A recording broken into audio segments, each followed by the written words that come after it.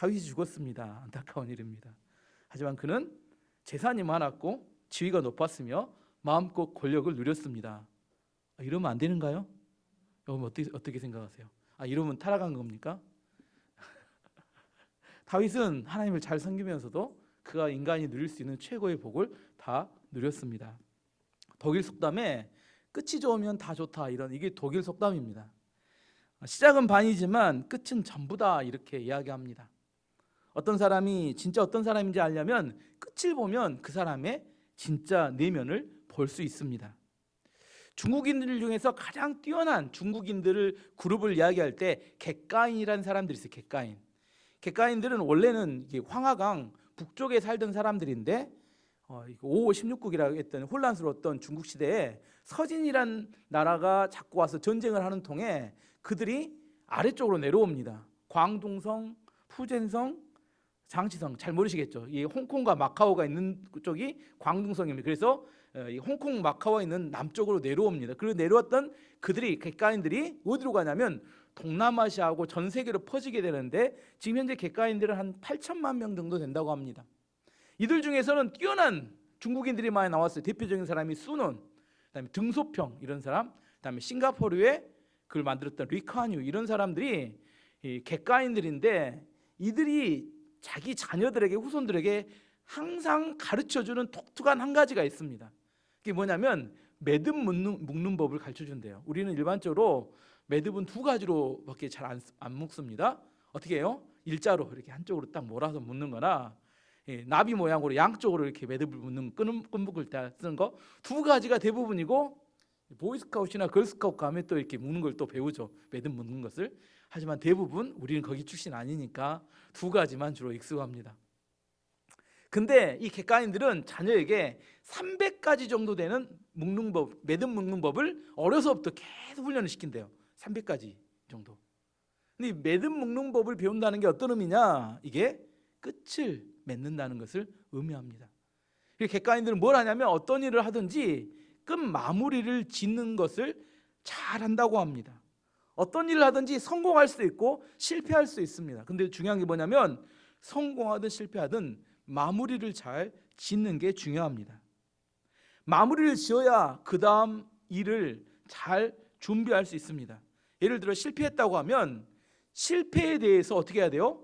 책임을 지고 잘못한 거에 대해서 왜 실패했는지 요인을 찾아야지만이 다음에 다시 시도해도 실패를 반복하지 않습니다. 우리나라 사람은 어떻게 하기를 원해요? 왜 자꾸 실패한 거 또 이야기해? 덮어버리기 원합니다. 그렇기 때문에 또다시 하면 또 실패해요. 틀린 문제 또 틀립니다. 또 우리나라 실패하면 어떻게 해요? 한강다리 올라가 버려요.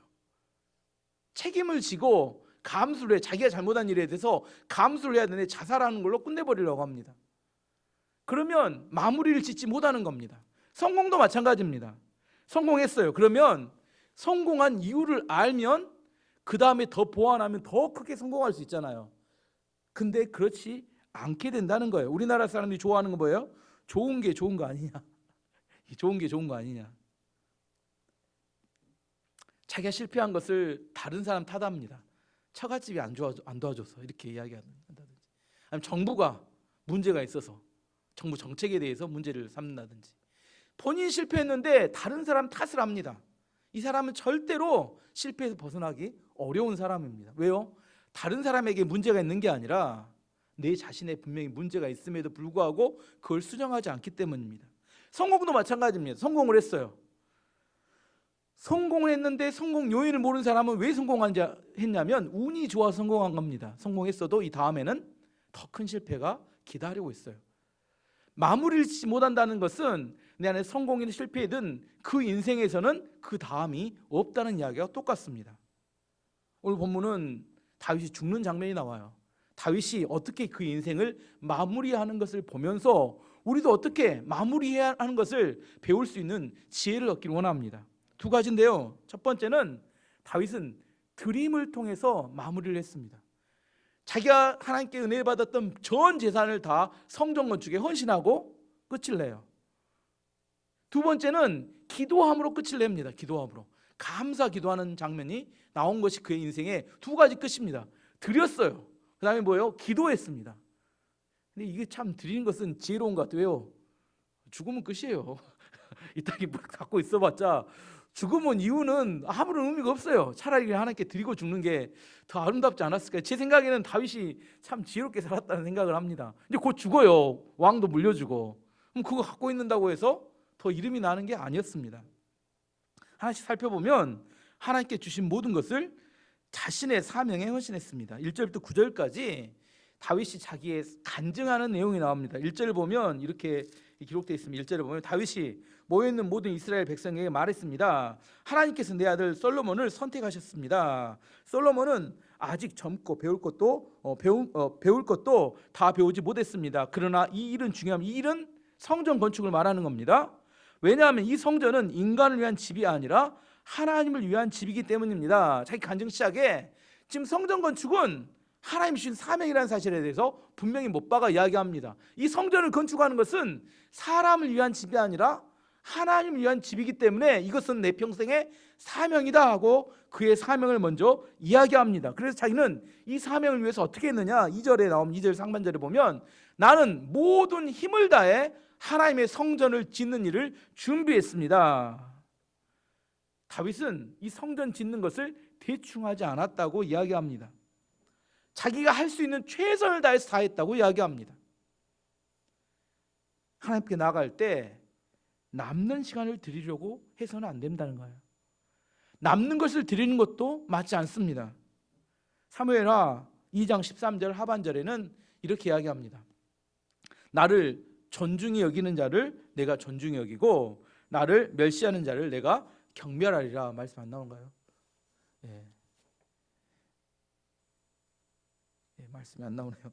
나를 존중히 여긴 자를 내가 존중히 여기고 나를 멸시하는 자를 내가 경멸하리라. 그렇게 말씀하셨습니다. 무슨 말이냐면 하나님께서 우리를 대하실 때 어떻게 해요? 남는 것 드리면 나도 남는 거 주겠다는 겁니다. 최선을 다하면 나도 최선을 다하겠다는 거예요. 인색하게 하면 나도 인색하게 하겠다, 그 이야기입니다. 나를 존중히 여긴 자를 내가 존중히 여기고 나를 멸시하는 자를 경멸하겠다, 그렇게 말합니다. 오늘 본문에도 그 이야기 나옵니다. 17절 상반절에 보면 뭐라고 나오냐면 17절 상반절 보면 나의 하나님 주께서는 사람의 마음을 시험하시며, 하나님이 우리의 마음을 시험하신대요. 백성이 옳은 일을 할 때 기뻐하신다는 건 나는 압니다. 백성이 옳지 않은 일을 하면 어떤다는 이야기요? 기뻐하지 않고 싫어하신다는 이야기입니다. 하나님은 우리의 마음을 시험하십니다. 왜요? 그 사람의 마음이 어디 있는지를 평가하신다는 거예요. 예배 드릴 때 늦지 마세요. 여러분 인생도 절반으로 깎입니다. 하나님 주실 것도. 잘 생각해 보세요. 우리 안에 하나님 앞에 드릴 때 우리가 어떻게 드려야 되느냐? 최선을 다해 드리기를 원합니다. 마태복음 7장 12절도 이렇게 말합니다. 그러므로 무엇이든지 남에게 대접받고자 하는 대로 너희도 남을 대접하라. 이것이 율법이요 선지자니라. 우리에게 누가 나를 대접해 주기를 원하잖아요. 그럼 우리도 어떻게 하라고요? 그 사람을 대접해 주면 그 사람은 나를 대접해 줍니다. 하나님에게도 적용됩니다. 하나님께 은혜 받기를 원하시면 하나님을 존중하시고 하나님을 여러분의 인생에 첫 번째에 두시기 바랍니다. 이게 지혜입니다. 그래서 다윗은 3절에 이어서 이렇게 이야기합니다. 나는 이미 이 모든 것을 성전을 위해 바쳤습니다. 뿐만 아니라 오직 하나님의 성전을 짓기를 바라는 마음으로 내가 가지고 있던 은과 금도 바쳤습니다. 자기 평생 얻었던 은과 금을 다 바쳤다는 거예요. 이렇게 이야기하면 어떤 생각을 하냐면 너무 지나친 거 아니냐. 여러분 어떻게 생각하세요? 그 사람의 헌신이 너무 지나쳤는지 지나치지 않았는지는 어떻게 평가할 수 있을까요? 그건 그대로 평가하면 안 되고 그 사람이 받은 은혜에 비교해서 평가해야 과도하나 안 과도하나 그렇지 않을까요? 그 사람의 은혜를 만을 받았어요. 근데 100을 드렸으면 이거 지나치지 않는 거죠. 근데 10을 받았을 때 100을 드리면 지나친 거죠. 그 사람의 헌신이 지나치지 않다는 그 사람이 받은 은혜에 비교해서 평가할 수 있습니다. 다윗은 베들레헴에 이름 없고 이렇게 의미 없었던 목동이었습니다. 하지만 그를 이스라엘의 왕으로 삼으시고 온갖 축복과 은혜를 누리도록 한평생 그를 하나님이 축복하셨어요. 아까 28절에 그게 나오죠. 다윗은 오랫동안 살다가 나이 많이 들어 죽었습니다. 장수했다는 이야기입니다. 그는 재산이 많았고 엄청 부자였고 지위가 높았으면 왕이었고 마음껏 권력을 누렸습니다. 이렇게 이야기합니다. 다윗의 인생을 정리할 때 이렇게 이야기합니다. 그는 장수했고 엄청난 왕으로 권력을 누렸고 그는 엄청난 재물이 있었고 그는 국민들의 백성들의 존경을 받았던 최고의 축복을 누렸던 사람입니다. 왜? 그는 한평생 하나님을 그의 인생의 최고의 자리에 놓았기 때문에 하나님이 그를 최고의 축복을 주셨습니다. 이렇게 다윗이 자기 간증을 쭉 했어요. 그러고 나서 이스라엘 지도자들에게 물어봤습니다. 5절 후반절에 뭐라고 물어봤냐면 오늘 기쁜 마음으로 여호와께 예물을 바칠 사람이 혹시 없습니까? 물어봤습니다.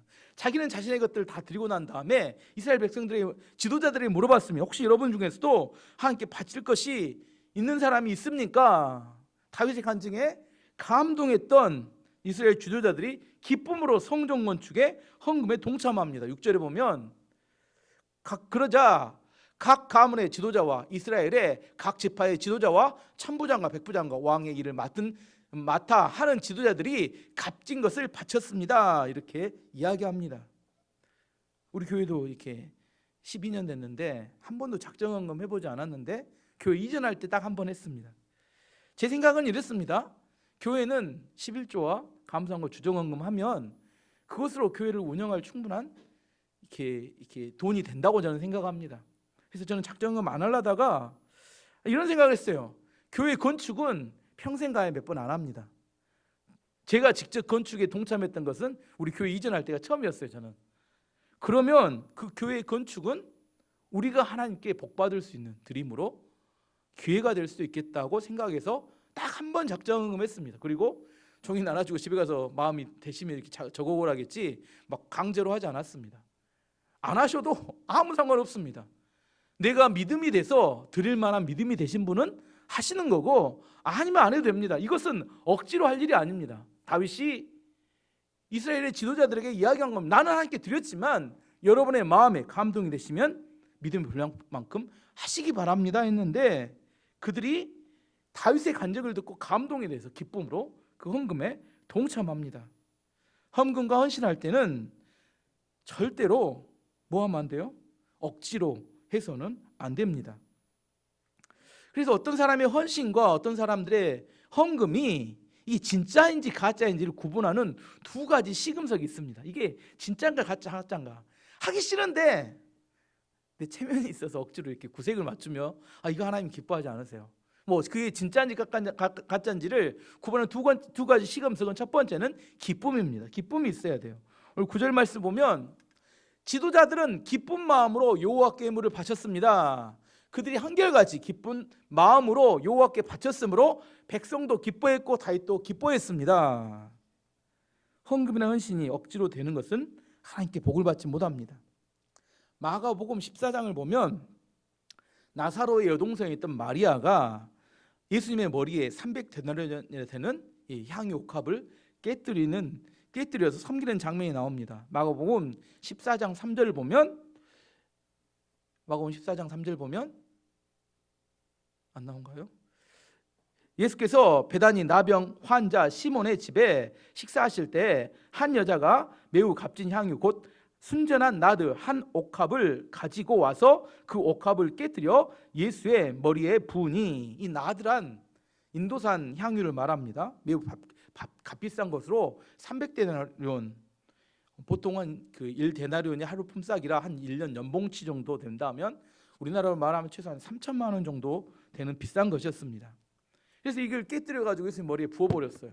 그랬더니 옆에 있던 누가 화가 났어요? 가룟 유다가 열받았습니다. 가룟 유다 열받아가지고 마리아를 막 책망합니다. 마가복음 14장 4절 5절. 어떤 사람이 화를 내 이게 가룟 유다입니다. 화를 내며 서로 말하되 어찌하여 이 향유를 허비하느냐? 이 향유를 300데나리온 이상 팔아 가난한 자들에게 줄 수 있었겠도다 하며 그 여자를 책망하는지라. 어떤 생각이에요? 이 예수님께 300데나리온 되는 향유를 붓는 것은 뭐하다고요? 너무 과한 거 아니냐? 왜 그걸 허비하느냐? 이렇게 이야기했습니다.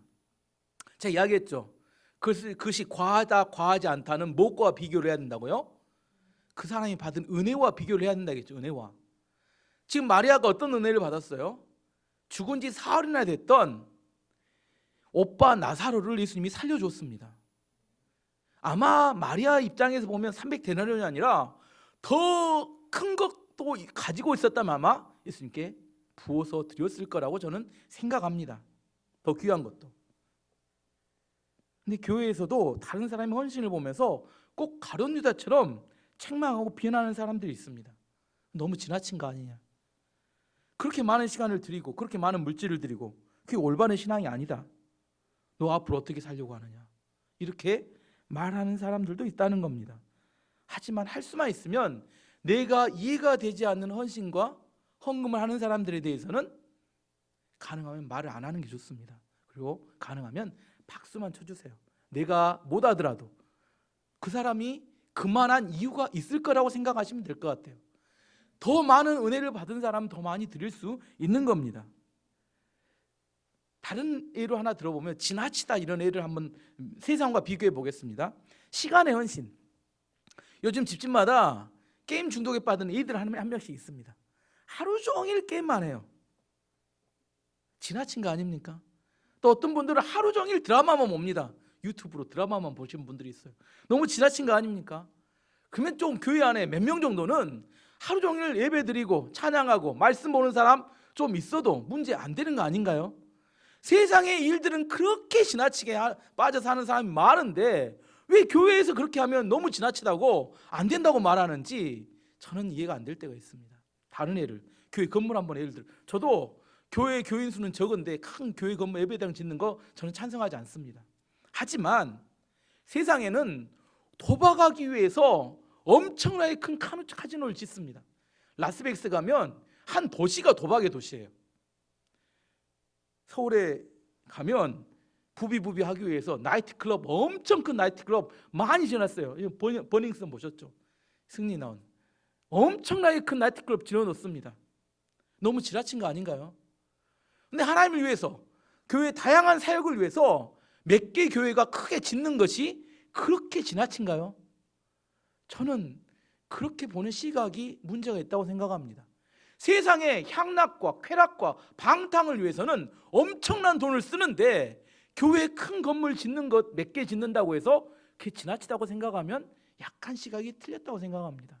또 하나 다른 거 얘기를 들으면 헌금 이야기 한번 해볼게요.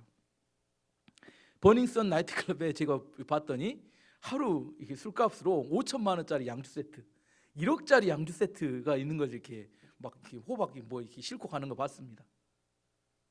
하루 저녁에 1억씩 쓰는 사람들이 있는데 선교헌금하고 구제헌금 하는데 돈 얼마 들였다고 그게 지나치게 생각할 수 있을까요? 세상에 하루 저녁에 수억을 쓰는 사람도 너무너무 많은데 하나님의 사역과 하나님을 위해서 그렇게 쓰는 것이 지나치다고 생각할 수 있을까요?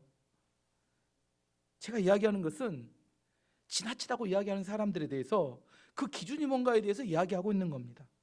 은혜의 크기에 비교했을 때 그 지나친가를 살펴봐야 되고 그 헌신과 그 헌신과 헌금이 진짜인지 가짜인지 구분하는 건 뭐라고요? 마음속에 기쁨이 있으면 진짜입니다. 하지만 억지로 하는 것은 가짜입니다. 아나니아 삽비라처럼 나중에 잘못하다 큰일 납니다. 두 번째, 그러면 그 헌신이 진짜인지 가짜인지 구분하는 두 번째 시금석은 드림에 대한 확산이 나타나는지입니다. 뭐라고요? 드림에 대한 확산이 나타나는지. 다윗이 하나님께 헌금한 걸 간증했더니 이스라엘 지도자들이 그것에 따라서 다 헌신하는 그 드림의 확산이 나타났습니다. 계란 중에 유정란하고 무정란이죠. 유정란은 생명이 있는 거라 21일을 품으면 어떻게 돼요? 뭐가 나와요? 병아리가 나옵니다. 무정란은 21일 품어도 병아리가 안 나오고 21일 더 품으면 어떻게 돼요? 썩습니다. 이게 생명의 차이입니다. 생명은 재생산이 가능합니다. 확산이 나타난다는 겁니다.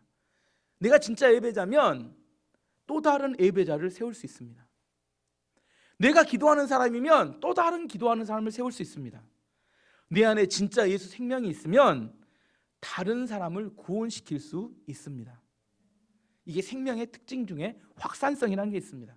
내 안에 생명으로 충만해지면 반드시 나타나는 현상은 다른 사람에게 그 생명이 확산되는 게 나타납니다. 하지만 생명이 없으면 아무리 애를 쓰고 힘을 써도 확산이 나타나지 않습니다. 우리 신앙생활에 있어서 중요한 방해물 중에 하나는 뭐냐면 인색함입니다. 인색함. 하나님은 풍성하신 분입니다. 풍성한 하나님과 교제하다 보면 내 인생도 풍성해집니다. 다윗이 오늘 본문의 21절에 어떻게 예배 드렸는지 그 예배 드리는 장면이 나옵니다. 이튿날 백성들이 여호와께 제사를 드렸습니다. 그들은 태워드리는 제물인 번제물을 바쳤습니다. 숫소 1000마리와 순양 1000마리와 어린 암양 1000마리를 바치고 부어드리는 제물인 전제물도 바쳤습니다. 모든 이스라엘 백성을 위해 제물을 많이 바쳤습니다. 몇 마리 바쳤어요? 1000마리, 1000마리, 3000마리. 예루살렘에서 하루에 3000마리 짐승을 불에 태웠습니다. 예루살렘 온 도시가 어떤 냄새로 이렇게 진동했을까요? 소고기 굽는 냄새로 이렇게. 얼마나 냄새 좋았을까? 또 안 좋게 생각하시는 분들도 있나요? 저는 너무 향기로웠을 것 같은데. 소와 얌양을 구웠으니까. 냄새만 조금 나다 사라졌더라 이렇게 이야기하지 않았습니다. 냄새가 온 도시를 가득 채웠더라 이렇게. 하나님은 풍성하신 하나님입니다. 다윗은 풍성한 하나님과 교제하는 후에 그의 인생 가운데 풍성하게 하나님께 드릴 줄 알았다는 겁니다. 인색하면 인생이 쪼그라듭니다. 고린도후서 9장 7절에 이렇게 말합니다. 각각 그 마음에 정한 대로 할 것이요 인색함으로나 억지로 하지 말지니 하나님은 즐겨내는 자를 사랑하시느니라. 하나님은 반대로 향해 인색한 자를 좋아하지 않으십니다. 다윗은 그가 하나님께 받았던 모든 물질적 축복을 그의 평생의 사명이었던 성전 건축을 위해서 다 쏟아 부었습니다. 그 모습을 봤던 지도자들이 함께 그들의 헌신에 동참했었고, 그러자 어떻게 해요? 다윗과 지도자들과 백성들은 기쁨이 충만했습니다. 이게 바로 하나님의 공동체의 특징입니다. 처음에는 하나님의 은혜가 있고, 그 다음에는 드림이 있고, 그 다음에 기쁨이 있습니다. 이게 선순환되면서 계속 하나님의 은혜와 드림과 기쁨이 커져가는 겁니다.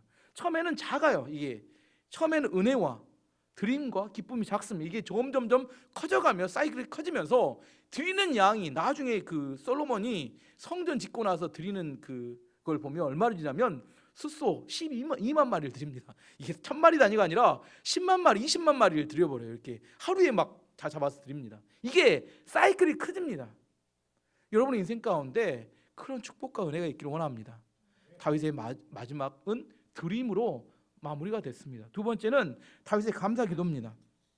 다윗의 마지막은 11절에서 19절까지 감사 기도가 나옵니다. 다윗의 기도의 특징은 이렇게 다윗의 기도는 세 가지로 구성되어 있어요. 11절에 19절 사이에 첫 번째는 찬양, 두 번째는 감사, 세 번째는 간구. 근데 이 9절인데 11절부터 19절까지 7절이 뭐냐면 찬양과 감사합니다. 그리고 2절이 간구예요. 우리는 대부분 기도가 어떻게 돼요? 찬양과 간구는 싹 이렇게 색깔만 입힌 다음에 주로 간구에 90% 이상을 할애하잖아요. 근데 다윗의 기도를 보면 어떻게 해요? 7절이 9절 중에 7절이 70% 이상이 찬양과 감사하고 마지막 2절이 간구합니다. 한번 살펴보겠습니다. 어떻게 있는지. 먼저 찬양합니다. 11절 12절에 보면 여호와여 주는 위대하시고 능력이 많으시며 영광과 승리와 위엄이 주의 손에 있나이다. 하늘과 땅의 모든 것이 주의 것이고 나라도 주의 것입니다. 여호와여 주는 모든 것을 다스리시는 분이십니다. 12절 부와 명예도 주에게서 나오며 주는 모든 것을 다스리십니다. 누구든지 위대하고 강하게 할 수 있는 힘과 능력이 주께 있습니다. 이렇게 이거 주제는 뭐냐면 주님이 주인 되십니다. 이런 찬양을 이렇게 2절에 걸쳐서 하는 겁니다. 다윗이 고백합니다. 왕이에요. 40년을 왕을 했어요. 근데 다윗이 뭐라고 해요? 이 나라는 누구의 것입니까? 하나님의 것입니다. 이렇게 고백하는 겁니다. 참 쉽지 않습니다. 여러분이 집에서 2년만 살아도 그 집 누구 거예요? 그 집 누구 거예요? 내 거라고 고백해요. 내 거라고. 내 집이라고 합니다. 우리 자식들은 아무것도 안 했으면 지 거라고 합니다. 내 겁니다. 내가 돈 벌어서 샀어요. 근데 다윗은 뭐라고 해요? 이 나라는 하나님 겁니다. 이게 다윗의 위대한 점이라는 겁니다. 내 것이 아니라는 거예요. 내 재산도 하나님의 것이고 내 직장도 하나님의 것이고 내 자녀들도 하나님의 것입니다. 이렇게 고백하는 겁니다. 세상 모든 것을 다스리는 분이 누굽니까? 이렇게 고백해요. 하나님이십니다 이렇게 고백합니다. 세상 모든 걸 누가 다스리세요? 하나님이십니다. 이 고백은 어떤 의미가 있냐면 나의 미래는 누구의 손에 달렸느냐 이런 이야기입니다. 다스리는 그분의 손에 달린 겁니다. 우리의 미래가 누구의 손에 달렸어요? 하나님 손에 달려 있습니다. 다윗은 40년 동안 한 번도 자신이 왕이라고 생각하지 않은 겁니다. 그가 죽어가는 마지막 순간에도 이 나라는 하나님의 것입니다 이렇게 고백합니다. 나는 다만 맡겨진 청직이었을 뿐입니다 이렇게 고백하는 믿음이 있었다는 겁니다. 그렇기 때문에 끝까지 다윗은 타락하지 않았어요. 하나님이 왕이신과 하나님이 다스리심을 믿었기 때문입니다. 그리고 주일날 애월하겠던 12절 말씀 개역 개정판으로 부와 귀가 주께로 말미암고 또 주는 만물의 주제가 돼서 손에 권세와 능력이 있사오니 모든 사람을 크게 하심과 강하게 하심이 주의 손에 있나이다. 이런 꼭 외우시기 바랍니다. 돈과 명예, 부와 귀는 돈과 명예입니다. 영어로 wealth and honor인데 돈과 명예는 주께로 말미암고. 신명기 8장 18절이 이렇게 말합니다. 내 하나님 여호와를 기억하라. 그가 내게 재물 얻을 능력을 주셨습니다. 물질 얻을 능력을 누가 주세요? 하나님이 아닌가요? 여러분 아닌가요? 재물 얻을 능력을 누가 주세요? 하나님 주십니다. 돈을 벌려고 애쓰고 힘쓴다고 돈이 벌리는 거 아닙니다. 저도 애쓰고 힘써봤는데 이게 아니에요. 하나님이 은혜를 주시지 않으면 돈은 모이지도 않고 쌓이지도 않습니다. 열심히 했는데 쌓이지 않는다. 그건 물질의 주인이신 하나님이 주시지 않는 겁니다. 뭐 어떻게 해야 돼요? 기도하세요 제발. 뭐라고요? 물질의 주인 되신 하나님께서 물질 좀 주세요 하고 기도 좀 하시라고. 제발 기도 안 하면서 어찌도 못하면서 기도도 안 해요. 그럼 어떻게 하라고? 부와 귀는 주께로 말미암고 제발 기도 좀 하세요. 하나님 재물의 주인 하나님께서 물질을 주세요. 나에게 지금 이런 물질이 필요합니다. 근데 기도할 때는 없어. 기도도 안 해. 그러면 왜 하나님 안 주셨냐고 따져봤자 입만 아픕니다. 제발 물질의 주인은 하나님이다. 이게 무슨 의미인지를 아셔야 한다니까요. 제발 하나님께 기도하세요. 하나님 저에게 물질을 주시기 원합니다. 모든 사람을 크게 하심과 강하게 하심이 누구 손에 달렸어요? 주님의 손에 달렸습니다. 자기의 이름을 놓고 좀 기도하세요. 조민규를 크게 하심과 강하게 하심은 주의 손에 있나이다. 자, 자기 이름 놓고 한번 해보겠습니다. 조민규를 여러분 이름 넣으세요. 제 이름 넣지 말고 조민규를 크게 하심과 강하게 하심은 주의 손에 있나이다. 우리 교회 이름 넣어보겠습니다. 민족과 열방교회를 크게 하심과 강하게 하심은 주의 손에 있나이다. 여러분 셀 이름을 넣겠습니다. 셀 이름. 여러분의 셀을 크게 하심과 강하게 하심은 주의 손에 있나이다. 여러분의 사업장 넣겠습니다. 사업장. 여러분이 하고 있는 지금 간절히 기도하는 사업장 이름을 넣고 사업장을 크게 하심과 강하게 하심은 주의 손에 있나이다. 여러분의 가정을 넣겠습니다. 우리 가정을 크게 하심과 강하게 하심은 주의 손에 있나이다. 여러분의 자녀 이름 넣어보겠습니다. 의신이를 크게 하심과 강하게 하심은 주의 손에 있나이다. 여러분 기도하세요. 하나님의 안에 있습니다. 우리가 힘쓰고 애쓴다고 되는 게 아닌 걸 아셔야 돼요. 하나님 우리 가운데 이렇게 말씀하시는 이유는 기도하시면 하나님 주시겠다는 의미까지 포함되어 있는 겁니다. 첫 번째가 이런 찬양을 했습니다. 다윗은 이걸 믿었기 때문에 그는 평생에 이걸 묵상하면서 하나님 앞에 기도하다가 그의 찬양이 그냥 몸속에 배어서 나온 겁니다. 두 번째는 감사했습니다. 감사를 보면 13절 16절 말씀 보면 우리 하나님께 감사합니다. 주 영광스러운 이름을 찬양합니다. 사실 이 일들은 저와 제 백성에게서 나온 것이 아닙니다. 뭔 일이 뭐냐면 주님께 드린 헌물을 말합니다. 모든 것이 주께로부터 나왔습니다. 우리는 주께서 주신 것을 돌려드린 것뿐입니다. 우리는 주 앞에서 우리 조상들처럼 외국이나 나그네에 지나지 않습니다. 이 땅에 사는 우리의 시간은 그림자와 같아서 아무런 희망이 없습니다. 우리 하나님 여호와여, 우리는 주의 성전을 지으려고 이 모든 것을 모았습니다. 성전을 지어 주께 예배드리려고 합니다. 하지만 모든 것이 주께로부터 나왔으며 모든 것이 주의 것입니다. 헌금을 드리는 올바른 자세에 대한 이야기를 합니다. 뭐예요? 하나님 주신 것에 대해서 하나님께 돌려드리는 게 헌금입니다. 헌금하면서 마치 자기의 것을 하나님께 임신 쓰듯이 이렇게 드리려고 하는 태도는 헌금의 바른 태도가 아닙니다. 하나님께 나에게 물질을 주셔서 드릴 수 있는 물질이 있는 것에 감사하면서 드리는 게 헌금입니다. 내 것을 가지고 하나님께 인심 쓰듯이 막 그렇게 막 생색을 내는 거, 하나님 이거 받지 않으십니다. 나에게서 내가 가지고 있는 하나님께 드린 건 다 누가 주신 거예요? 원래 없었잖아요. 없는데 하나님 나에게 주신 거라는 사실을 믿고 드리는 것을 말하는 겁니다. 이것을 감사했으며 내가 드릴 물질을 주신 하나님께 감사합니다 하고 다윗이 그렇게 기도했습니다. 그리고 마지막에 간구하는 내용이 18절 19절에 나옵니다. 여호와여, 주는 우리 조상의 하나님이십니다. 아브라함과 이삭과 야곱의 하나님이십니다. 주의 백성에게 언제나 주를 섬기는 마음을 주시고 복종하는 마음을 주십시오. 이게 뭔 말이냐면 이전에 18절 주의 백성 이스라엘 백성에게 기도 제목이 두 가지인데, 첫 번째 이스라엘 백성이 언제나 주를 섬기는 마음과 복종하는 마음을 주십시오. 이게 첫 번째 기도 제목이었고, 두 번째 19절에는 솔로몬을 위해서 기도합니다. 내 아들 솔로몬이 마음을 다하여 주를 섬기게 하시고 주의 명령과 율법과 규례에 복종하게 해주십시오. 내가 준비한 성전을 그가 지을 수 있게 해주십시오. 그의 간구는 두 가지였어요. 이 백성이 주님을 섬기게 하시고 주님의 말씀에 복종하는 마음을 주십시오. 솔로몬이 주님의 마음을 다해 주님을 섬기고 주의 규례와 율례를 복종하는 마음을 주십시오. 그래서 이 성전을 지을 수 있도록 해주시기를 원합니다. 왜 이렇게 마지막에 기도했을까요? 주님을 섬기는 것과 주님의 말씀에 복종하는 것에 모든 하나님의 축복이 담겨있기 때문입니다. 신명기에 보면 모세가 이것에 대한 약속을 해줍니다. 신명기 6장 1절에 3절 보면 이는 곧 너희의 하나님 여호와께서 너희에게 가르치라고 명하신 명령과 규례와 법도라.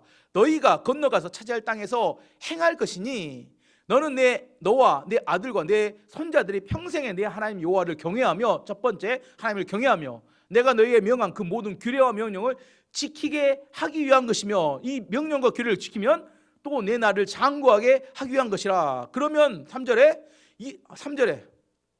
말씀, 이스라엘아 듣고 삼가 그것을 행하라. 그리하면 내가 복을 받고 내 조상들의 하나님 여호와께서 내게 허락하심 같이 젖과 꿀이 흐르는 땅에서 내가 크게 번성하리라. 내가 복을 받고 크게 번성하는 것은 두 가지라는 거예요. 하나님을 마음을 다해 섬기고, 그 다음에 하나님의 말씀에 명령 앞에 복종하면 하나님께서 내게 복을 주고 너를 크게 번성하게 하겠다, 그렇게 약속하셨다는 겁니다. 다윗은 이걸 꼭 전달해 주고 싶었습니다. 이스라엘 백성과 솔로몬이 꼭 이걸 깨닫기를 원했습니다. 이 일은 우리가 애쓰고 힘쓴다고 되는 것 아닙니다. 뭐가 있어야 돼요?